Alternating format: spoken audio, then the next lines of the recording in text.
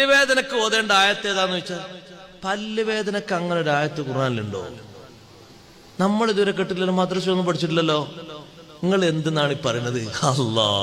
അള്ളാഹുവിന്റെ ഖുർആനിൽ അല്ലാഹു തആല പറഞ്ഞില്ലേ സഹോദരങ്ങളെ, ഖുൽ ഹുവല്ലദീ അൻശാകും, ഓതിവാക്കി തബാറക്കൊന്നുമല്ല, ഖുൽ ഹുവല്ലദീ അൻശാകും വജഅല ലക്കുമുസ് സമഅ വൽ അബ്സാറ വൽ അഫ്ഇദ ഖലീലം മാ തശ്കുറൂൻ.